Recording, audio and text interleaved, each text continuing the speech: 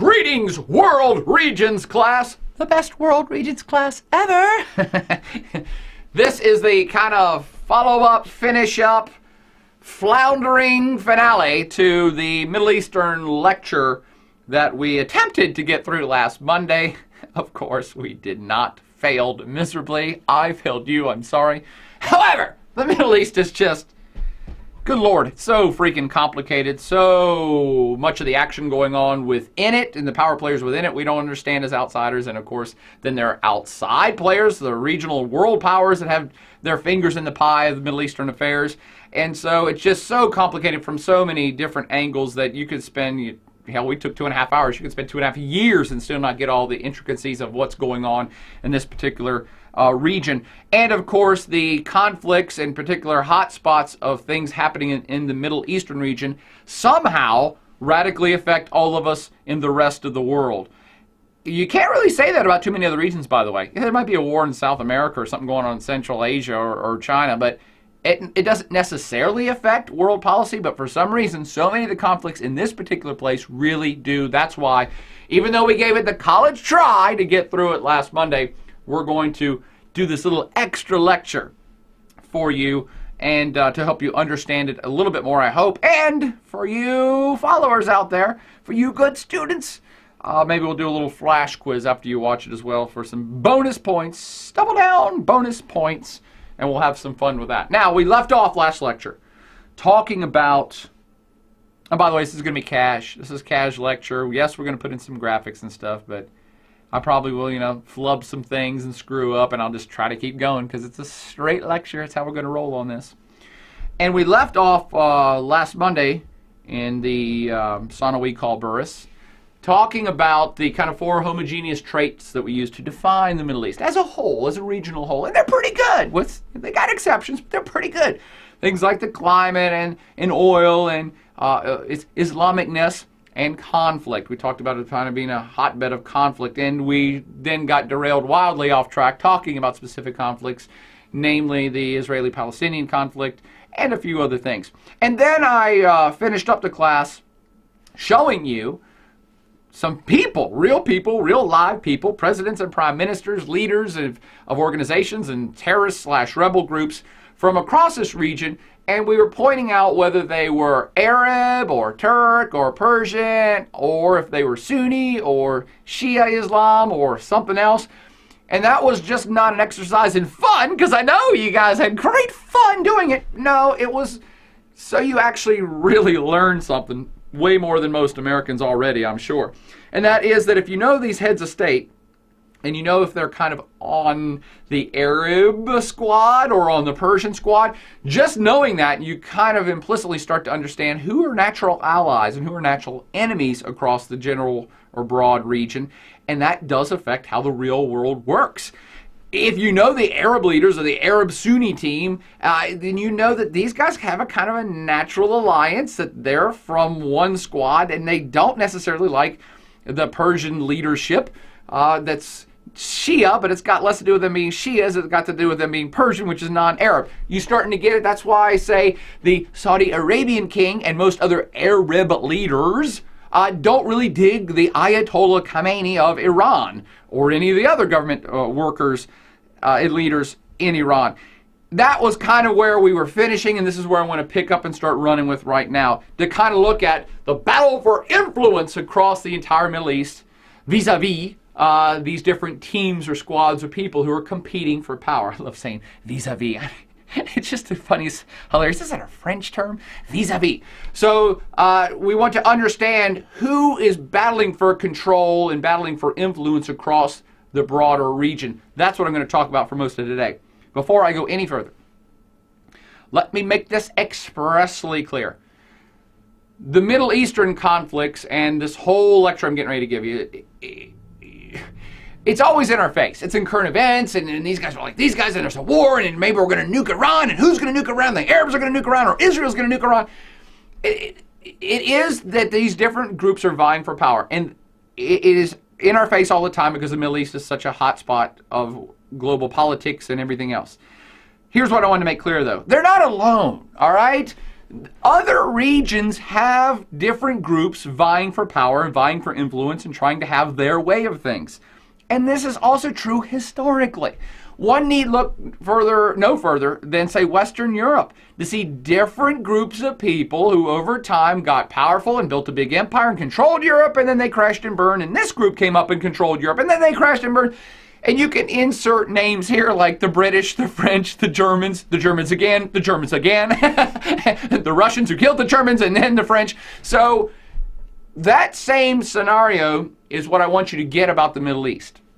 That it's not just, ooh, it's today's world and there's oil there and everybody wants the oil and there's terrorists who hate everybody that ain't Islamic and that's what it's about. Dudes, hold on. That's got virtually nothing to do with nothing. It's that you have different groups of power that now and historically have risen in a big empire and controlled all the Middle East or big parts of it. And then as it happens, they crash and burn and another group comes in. Maybe a different group, a different ethnic or religious group comes in and they control everything and want to influence everything and make all the rules. That's exactly what the rest of this lecture is all about. Defining the teams that are vying for control of the Middle East who have actually in the past been major players that did control big parts of the Middle East, if not all of it. Got it? Get it? Good. Here we go. Who are these teams who so desperately want to have their influence or control across the greater part of this region? I think the first one's perhaps obvious, and I'm going to call it Team 1, the Arabs. And by saying Team 1, I don't mean, yeah, they're number 1. Let me get a big Arab foam glove. Arabs number 1. No. It's not a ranking, all right? It's got to start somewhere, so I'm starting with the Arabs. Probably the kind of the biggest group just in terms of numbers of people, and numbers of states involved in this kind of power struggle. Team 1, the Arabs, it is, of course, Arab ethnically speaking, ethnic peoples, and they are overwhelmingly Sunni. This you probably already know already, that major kind of branch of Islam. And the core of this, the kind of power, economic and ethnic, and kind of everything core power of this group is right there in the classic kind of Arabian Peninsula area, classic Middle East. Namely, Saudi Arabia, core, Egypt, but I also want to go and throw in the Gulf states as well. Places like Kuwait, UAE, Qatar. They are overwhelmingly ethnically Arab, overwhelmingly Sunni, and they have kind of a historical lineage. And again, this gets confusing because you're like, wait a minute, what do you mean they're Arabs? I thought Kuwaitis were in Kuwait and Egyptians are over in Egypt. It's like, yeah, those are names of countries, all right? Ethnically speaking, the Arabs spread out from all across the whole Arabian Peninsula, but really in all directions, specifically across North Africa. And how'd that get to be? Well, we talked about this when we talked about the rise and spread of Islam itself. The religion started in the Arabian Peninsula in what now is Saudi Arabia. It wasn't called that 1,500 years ago. And the religion was started and spread originally by Arab folks. Again, the core of Islam is right there in the center of Saudi Arabia, in Medina and Mecca. And once it got established, they started moving their ideas, their thoughts, their philosophies in this religion and their peoples as they spread this religion across North Africa, but even as far north as what's now modern-day Turkey and the Caucasus regions, and over across Iraq and Iran, and actually even into what's now Pakistan and Afghanistan, and across all of North Africa, sweeping across to all the way over to what's now Morocco. Really at the height of what I refer to as the Arab Islamic Empire, and this again is like 1,000 years ago. This is not modern history. They really kind of consolidated all of the classic Middle East, North Africa, and beyond, over in the eastern margins. These guys were, again, perhaps at their height, I don't know, I'm just going to make up numbers here, 800, 900, 1000 AD. That's when the Arabs spread their religion and their peoples across all of this wide area. Actually, they were already into Europe. They had taken over the Iberian Peninsula and were in Spain and Portugal at the time. So really at the height 1,000 years ago, this is how the Arabs got spread across this wide, vast area that we now call the Middle East and beyond. But they, like so many other empires, crashed and burned, all right? It wasn't quite that simple, but I'm trying to I'm trying to make history concise here. They are going to go away, all right? They did great. They got really big and spread everywhere, but then they're going to eventually go away. They're going to be replaced, I'll go ahead and get ahead of the story, by the Ottoman Turks in a couple hundred years, who then lead the Ottoman Empire to grow and get big and take over everything. But they're Turkish. They're not Arab. Anyway, back to the Arab League. I'm sorry, back to the Arabs. I'm getting way ahead of myself, talking too fast, because what I want you to understand is the kind of remnant you can see of the mighty, mighty Arab Islamic Empire 1,000 years ago. And it's a weak remnant at best, but I did want to point it out, is this thing we've talked about in class and in your textbook called the Arab League. What's so great about the Arab League? Well, nothing really so far. This is a league that just got together after World War II. I'm not going to go through the whole history of it, but what is the consolidating principle? Why are all these countries lit up in green in the Arab League? Because they're Arab. Because they're mostly ethnically Arab people. Does that mean every one of the countries Arab? No, of course not. There are always minority groups. And I'll point at Sudan, because you see in the map here that everybody from Morocco and Mauritania over to Algeria and Tunisia and through Egypt and then into classic Middle East, Syria, all the way down to Oman and Yemen, they're all mostly Arab. Actually, Somalia's in there too. But look at Sudan for a second, because that really crystallizes the point that I want you to get here. Most of the folks in these countries are Arab. And even more so now in today's Sudan. How so? Because the southern part of Sudan, who was not, people were not ethnically Arab, and by the way, we're also not Islamic, said, hey, we've never felt like we were part of this whole big thing called Sudan anyway. Because all the people in the north, they're Arab and they're Sunni Islamic, and they control the government and everything, and we're not. We're not in the ethnic group or the religious group, and that's one of the reasons why, friends, so you understand current events, South Sudan just became the newest sovereign state on planet Earth because they decided to secede and go away and be their own country because they weren't like the Arab North. And again, that's just like, yeah, there you go. That's what the Arab League is all about, is that it's mostly Arab folks in this in each country constitute the majority. And it's because of the rise of the Arab Islamic Empire that took these Arab folks so far afield. Again, that was 1,000 years ago. So the mighty, mighty Arab League is as great as the Arab Islamic Empire was 1,000 years ago? Oh, hell no. You already know this too, that I don't really think a lot of this group, because they haven't really gotten together. They don't really work well together, because it's like, I don't know, like 20 sovereign states that just have this commonality of being Arab, but they fight amongst themselves. You would think they got the group together to say, hey, remember back in the day we were all Arab under one big umbrella? We should have some sort of grouping in today's world where we're all under one umbrella and we help each other and work together to solve our problems under our common Arabness and common culture and common religion. And without being too unkind, it don't really work. I mean, I would say has failed miserably, but they're still around, for one. They've been hanging out for 60 years, not doing much. But you also know from current events that they're actually have been doing a lot more just very recently. It was the Arab League who decided to back the U.S. and NATO to invade Libya, which, by the way, you might ask, why? Wasn't Muammar Gaddafi and the whole crew, most people in Libya, Arab? Yes, but Muammar Gaddafi basically recanted his Arabness and said, I hate the Arab League. He kicked Libya, or actually he pulled Libya out of the Arab League himself personally a couple different times over his 40-year reign.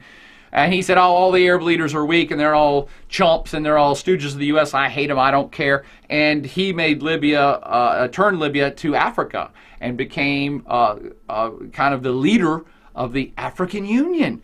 It really was Muammar's passion and a lot of his money that got the now newly reformed African Union underway 10 years ago.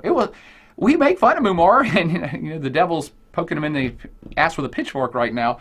But that was one of the things he actually did right. We've all forgotten it since he's already gone and dead now. But yeah, he was the impetus behind the African Union, the modern iteration of it, because he gave up on his Arabness. And because he gave up on the Arabs gave up on his ass. And that's one of the reasons why the Arab League said, the hell with him. We don't dig him so much. He was never a nice player on our team anyway, even though Libya is mostly Arab people. By the way, this also is playing into current events in Syria. The Arab League, again, in current events, just renounced Syrian leader Bashir, and they basically said, no. I mean, they're Arab too. Everyone in Syria is Arab, but he hasn't been an Team Arab player. So that's why I want to do this additional lecture, because this is how you get what's going on. You'd be like, why did the other Arab leaders turn on him too?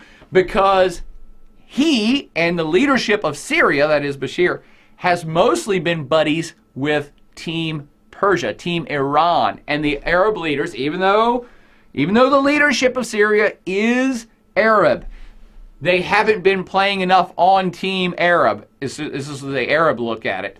And they're saying, no, he's been greater buddies with Iran all these years, so now they're having a revolution in Syria. Good. Serves him right, and now the Arab League has turned on another Arab brother. Why? Because he wasn't being Arab enough all these years.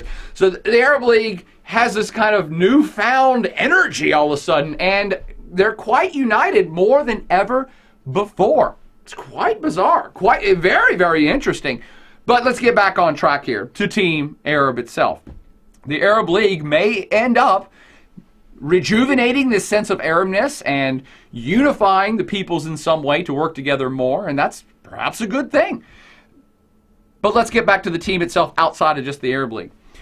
Who are the natural leaders of Team Arab classically and today? As I pointed out, the core: Egypt, Saudi Arabia, and the Gulf states. Mostly Egypt and Saudi Arabia because they have big populations. They're big countries with big populations. I think Egypt's got like 70, 80, 90 million people. Saudi Arabia, 30, 40, 50 million. And again, at the core of it, from the initiation of this whole kind of spreading out of Team Arab in the Arab Islamic Empire days.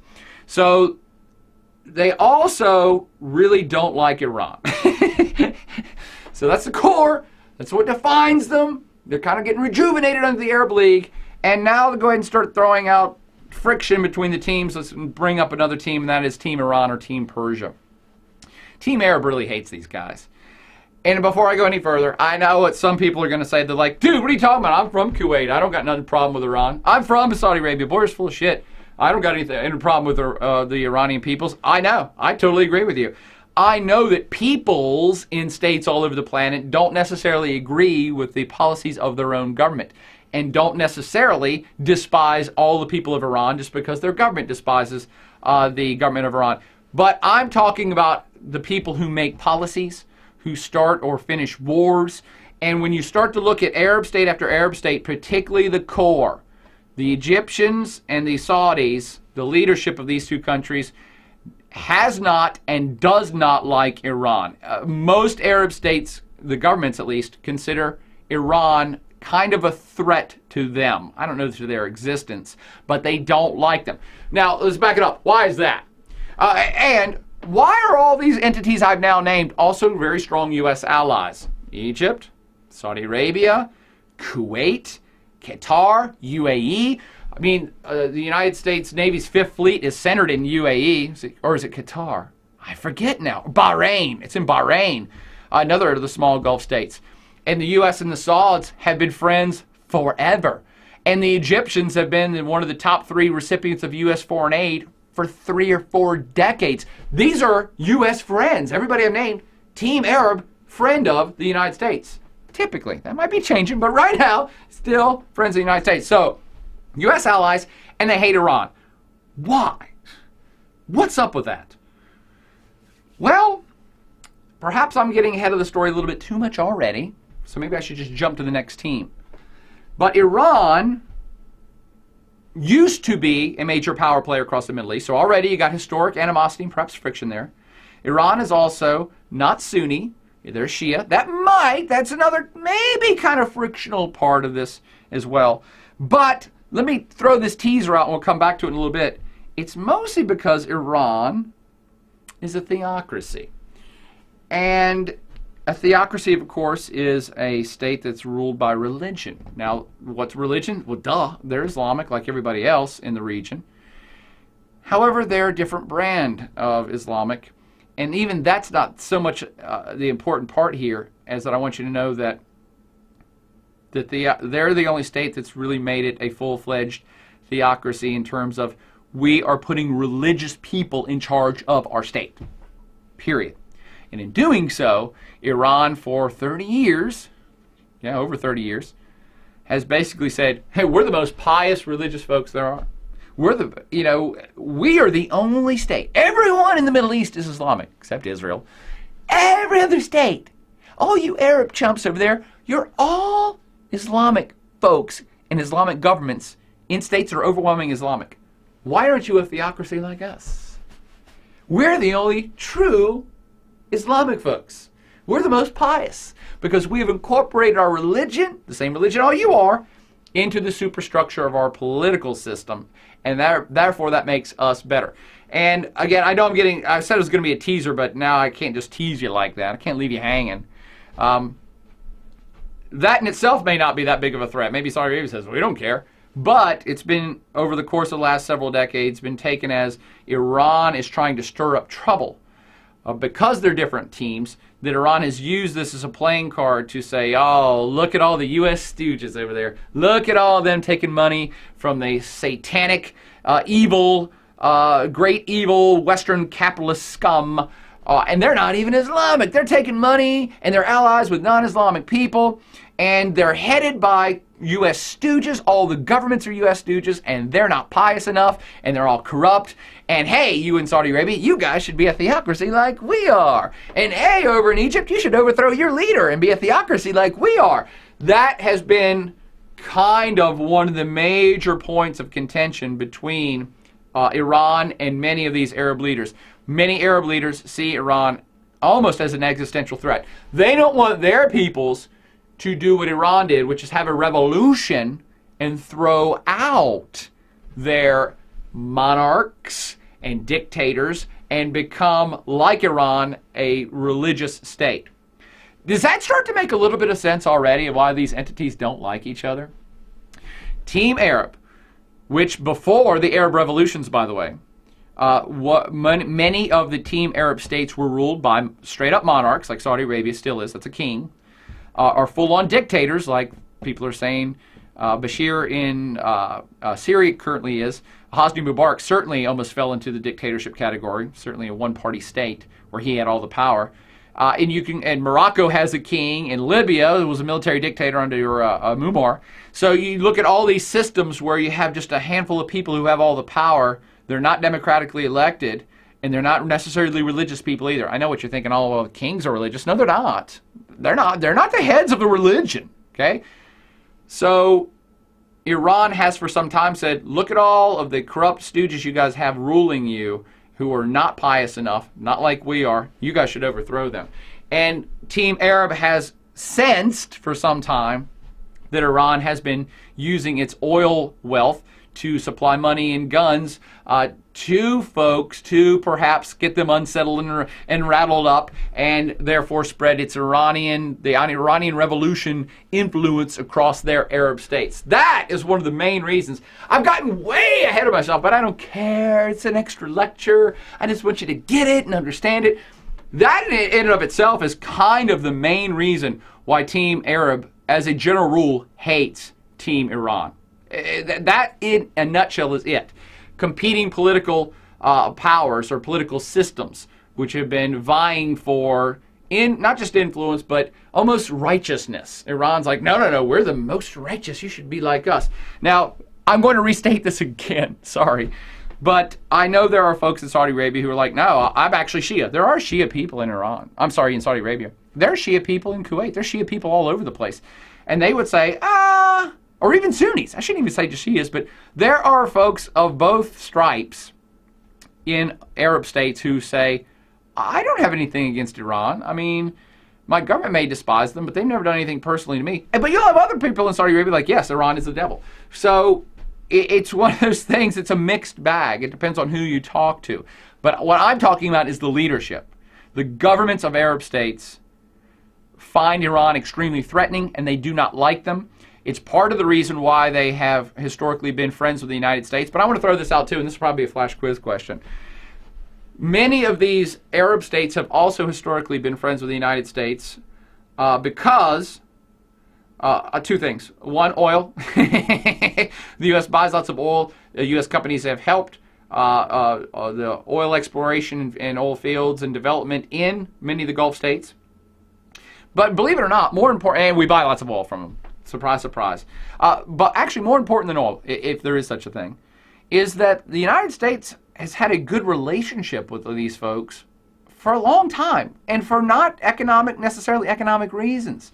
And what I'm speaking of particularly here is a lot of the Middle Eastern countries are not real keen on the Europeans. Why? Because the Europeans came in and took them over for several hundred years and caused all sorts of chaos. The Europeans are the ones that drew all the boundaries, which are pretty meaningless. You ever wondered why Egypt looks like it was drawn with a T-square? Because it was by some British people. So the British came in during the last 100 to 200 years and kind of took over the Middle East. Remember we talked about mandates last class? The British had the mandate over Palestine and the French had the mandate over Syria. And this was taken as extremely frictional by the local people, something they still remember today. They're like, who are these? You know what? The Middle East has been around since longer than the damn European countries were. We have a longer history. Some of the oldest universities on planet Earth are in the Middle East, not in Europe. So they have some old ones too. So this idea that they have these entities, the European entities come in and take them over still leaves a bad taste in their mouth. And you can see that in current events today. As soon as the Europeans got all hot and heavy to start bombing Libya and getting NATO involved, people across the Middle East were like, this is bullshit. This is the same old colonial nonsense as these assholes were doing 60 years ago. And you got to be like, yeah, it sure looks like it, don't it? And of course, European companies are still in there, just like U.S. ones, perhaps, to develop oil, get more oil, get it at a better price. There's that angst about the Europeans, and particularly as World War II was approaching or happening, many Middle Eastern states were like, dudes, why are we still under the colonial yoke of the British and the French? And they're asking us to fight in this war against the Nazis with them, or fight against the Italian fascists as well.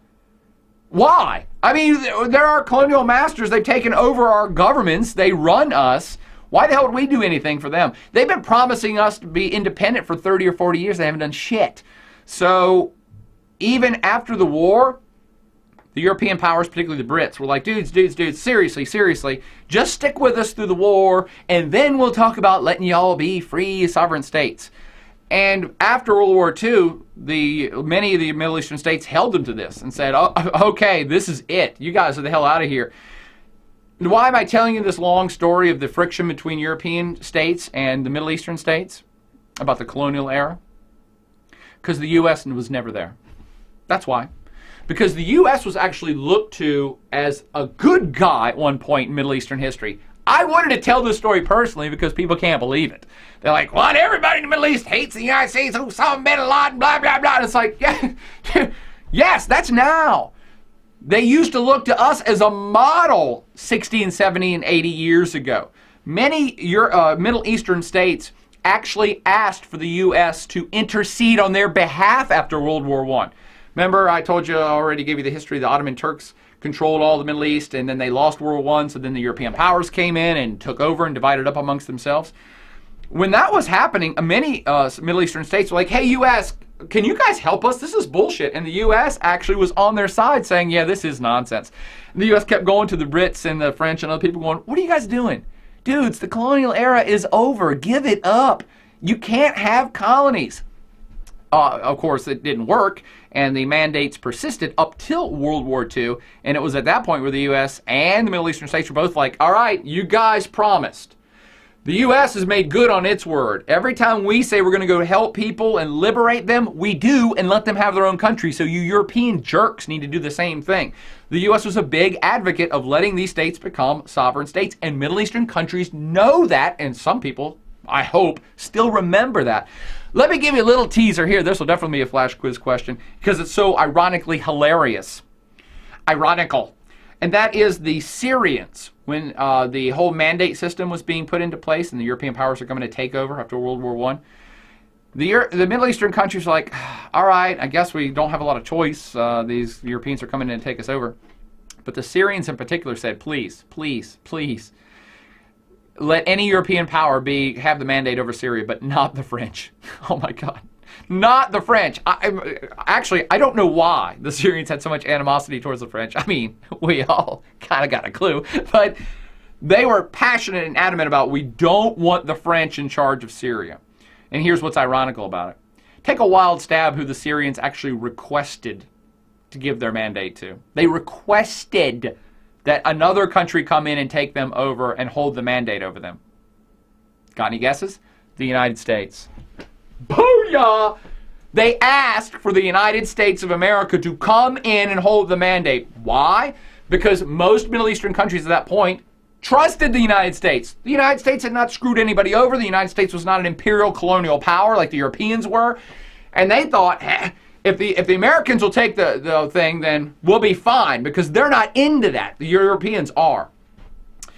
What a huge mistake. The United States, by the way, says, no, we don't do that. We're not getting involved. And yeah, that was the kind of laughable mistakes. Like, wow. So we could have been best buddies with Syria, but we let that all go, and now we have no diplomatic relations with them at all 100 years later. Anyhow, I was going to say the anywho, that always sounds so goofy. Where was I going with that? There was also this other little thing called the Suez Canal crisis, and I'm getting wildly off track here, but I don't care if it's okay with you guys. And the Suez Canal crisis was that after Egypt was a sovereign state, and this is in the 50s, I want to say 1956, I don't know why I know this, who knows why I know anything. The Suez Canal crisis was, I believe, in 56, and that was when Egypt was a sovereign state at that point, and said, hey, the Suez Canal is actually in our territory, and it's ours, so we're going to nationalize it. We're going to make it this property of Egypt, and we'll run it, because it had been kind of run by the British up to that point. And the British and the French, in a bizarre joint statement of idiocy, decided to invade Egypt to retake the Suez Canal back. And when that happened, again, this is post-World War II, and when paratroopers came in, they sent in troops, it was a joke. The whole world was watching this. And the Middle Eastern countries were like, see? What have we been saying this whole time? The Europeans want to continue to influence and control us from afar. And when they did this, the United States actually stepped up probably at a United Nations function, I'm sure, and said, this is preposterous. What are you doing, dumbass Brits and Frenchies? Stop now, or the U.S. might get involved on their side. And the French and the British were like, oh, yeah, we didn't think anybody would notice we did that. So they actually had to recant and pull out. And not something the French often do. Oh, sorry, it was right there. I loved it up there to myself. Over the volleyball net it goes. I tell you that story because it's at that point in history that the United States is actually looked upon as an awesome world power by Middle Eastern states. Virtually all of them are like, there you go. There you go. The U.S. it's true. It's all about freedom and democracy, although we're not a democracy over here. But they're all about sovereignty, and they're all about individuals having the right to do what they want to do in their own country. And bravo, we love the U.S. And they've been helping us develop oil fields for 50 years. And they've been sticking up for us. And yeah, can you believe it? Sorry, I know I've gotten like 20 minutes off track talking about Team Arab, but that's why. The United States originally helped and facilitated Saudi Arabia becoming an independent state after World War I, and then the United States, I'm pretty sure, kind of stuck its neck out and said everybody in the Middle East should be sovereign states after the rest of them after World War II. That's why we have a pretty good relationship with many of these states. Not all, but many. Am I suggesting the U.S. is this perfect great world leader that's never done anything wrong in the Middle East? No. We've had categorical screw-ups by CIA operatives and bizarre foreign policy that screwed many people over in the Middle East. But I'm saying at this point, there are many reasons why the United States has a very solid relationship with the core Team Arab power players, and that is true to this day. Even if you hear stuff on TV or international news about, oh, the Egyptians hate America, or the Saudis hate America, or Osama bin Laden was from Saudi Arabia, he hates America. Oh, and how about this? Virtually all of the hijackers on the 9/11 attack were from Saudi Arabia. All these things are true. I mean, there is anti-American sentiment, and perhaps a lot of it in today's Arab world. Not so much 60 years ago. That's the point I wanted you to understand. And the greater point to understand current events is, despite that, most Arab states are solid with the United States. We're not sure where Egypt is going right now. Sorry, I'm pulling in current events into this more historical lecture. That's one of the reasons why the United States is very uneasy about the whole Arab Spring and Arab revolutions, like Israel and other countries are. We're not sure who's going to take over, and will they still be friends with us? The United States wants to be friends with Egypt. Get no bones about that. The United States wants to remain strong friends with all Arab governments, and maybe for the first time, the U.S. is going to be a strong friend of, say, the new Libyan government. They never liked Muammar. So we're all kind of, who's going to take over Egypt? Because they're kind of a very important power player over there, and we don't know who's going to be in charge, and that bothers us a little bit. But historically, right on up to now, very good friends, very good allies. Team Arab hates Iran. The U.S. hates Iran, but I'm getting ahead of my story. Let's get to that hate. And here's just a couple of stories that I wanted to pop up here on the screen for you. To reinforce these themes I've now talked about with the Arabs. U.S. confirms $60 billion Saudi arms deal. Saudi Arabia is fast becoming the hammer of Arab power in the region. They have historically not been. They've not had huge armies and huge military superstructure, but they're getting there fast. And who's helping them? The United States is. Because even though the United States is pro-democracy, rah-rah, we love all that stuff, we really like the monarchy. The U.S. government really is fast friends with the Saudi family, the Saudi monarchy. They provide lots of oil. The Saudis have been a classic ally of the United States in terms of they try to regulate the flow of oil actually to benefit the United States. And this is something that I think most people refuse to believe, but I'm sorry, it's true. Saudi Arabia is one of the major players in OPEC. And OPEC tries to control the price of oil mostly to keep it stable. A lot of people are like, oh, OPEC or the Saudis are trying to screw us and the price of oil is going to go way up because they can just gouge us. And it's like, no. The Saudis are the power within OPEC who are always constantly saying, bring the price down. Make it affordable. Don't be pissing off the West. That's the Saudis. And here in return of the United States, well, not really. It's not really a quid pro quo. But the United States is looking out for their Saudi allies in a $60 billion arms deal. Saudi Arabia is arming itself faster than anybody else in the Middle East. I know we all think Iran's going to get a nuke, and maybe they are, but the Saudis are getting jets and aircraft carriers, although I don't know if they've got one of those yet, but top-of-the-line weaponry and helicopters and everything else. They're spending something like 10% or 11% of their GDP on military. That is a huge number. Is that number bigger than, say, the United States? Not total. The United States, total dollars, spends way more on their military. But in terms of percentage, no, the U.S. only spends like, I don't know, 3 or 4% of GDP for all the military stuff we have as a percentage of what your economy is worth. The Sauds are spending 10 and 11 and 12%. They're arming themselves to the teeth, man. Money, hand over fist money, coming out of the ground in oil, selling it for money to the United States, and then using that money to buy arms back from the United States. Interesting scenario. Another news story, Israel's warning on Iran gets quiet nods in Gulf. I'm going to just reference this. Look at that political cartoon. It's pretty funny. Israel, the state, is in the shape of a rocket.